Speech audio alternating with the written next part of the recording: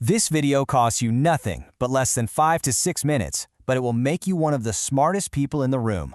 Today, I'm breaking down the wealth velocity formula, why the rich get richer. If this shifts your perspective, please like and subscribe. That's exactly why BRAINELM Lab's channel exists. So let's jump right into a question that puzzles a lot of people. You've probably heard this before, maybe you've even felt it yourself. Why does saving that first $100,000 feel like such an impossible climb, but the next $100,000 shows up in less than half the time? I mean, is it just about getting a bigger paycheck, or is there something else, something deeper, going on? Well, the answer is actually a lot simpler and way more powerful. Here's the thing, it's not about luck. It's not some secret the rich keep. It's a fundamental, predictable law of finance. You can think of it like a law of physics, really.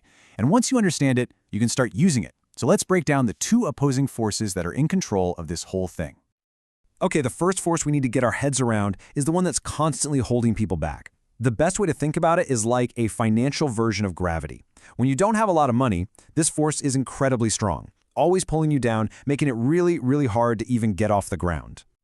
And this financial gravity, it actually has a name. It's called the poverty penalty. It's this kind of twisted irony that not having money actually costs you more money. It's a whole bunch of little, invisible financial headwinds that you're constantly fighting against, and they make the journey from zero that much harder. And you see this play out in the real world in 1,000 tiny ways. Let's take two people, Joy and Simon. On one hand, you've got Joy, who's struggling to make ends meet. So she has to carry a balance on her credit card, and that means paying high interest. Simon, on the other hand, is stable enough to pay his card off every month, so he actually earns cash back. If Joy's account gets too low, bam, she's hit with an overdraft fee. Simon's stable balance, it's earning him interest. None of these are huge disasters, but each one is a small, constant drag. That's the poverty penalty in action. And these little penalties, they add up. For Joy, this financial drag could easily cost her $1,500 a year. And that's not just money gone. It's money that couldn't be invested. It's money that couldn't be used to start building some momentum. This right here is the gravity of poverty, actively working to keep her stuck on the launchpad. All right, so if that's the force pulling you down, what's the one that lifts you up? This is where the second part of our formula comes into play. See, once you manage to get just a little bit of momentum going, a whole new force starts working for you. Let's call it the snowball effect. The snowball effect, you probably know it as compounding, is literally the engine that builds wealth. It's that beautiful moment when your money starts working for you. The money your investments make gets added back into the pile, and then the next time around, you earn returns on an even bigger pile. It starts slow, for sure, but man, it really picks up speed over time. Let's just look at a super simple example. Say you invest $10,000 and you get an 8% return. In year one, you make $800. Not bad. But in year two, you're not just earning 8% on your original 10 grand. Nope. You're earning it on 10,000 plus 800. So you make $864. That extra $64, that's your money's money. That's the snowball just starting to roll. Okay, so we have two forces at war with each other. The gravity of poverty pulling you down, and the snowball of compounding trying to lift you up.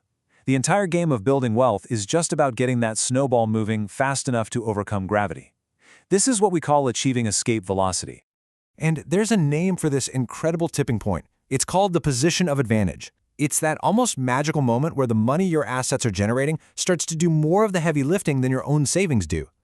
All of a sudden, that financial drag from the poverty penalty, it just doesn't matter as much compared to the powerful momentum of your growing assets. And this, right here, solves our original puzzle.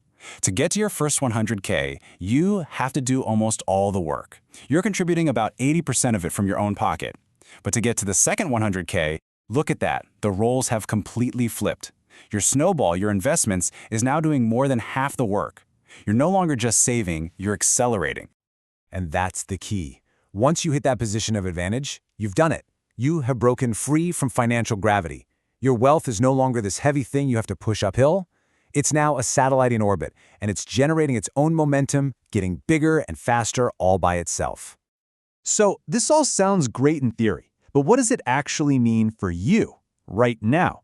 How do you apply this? Well, it really just boils down to one simple, powerful focus.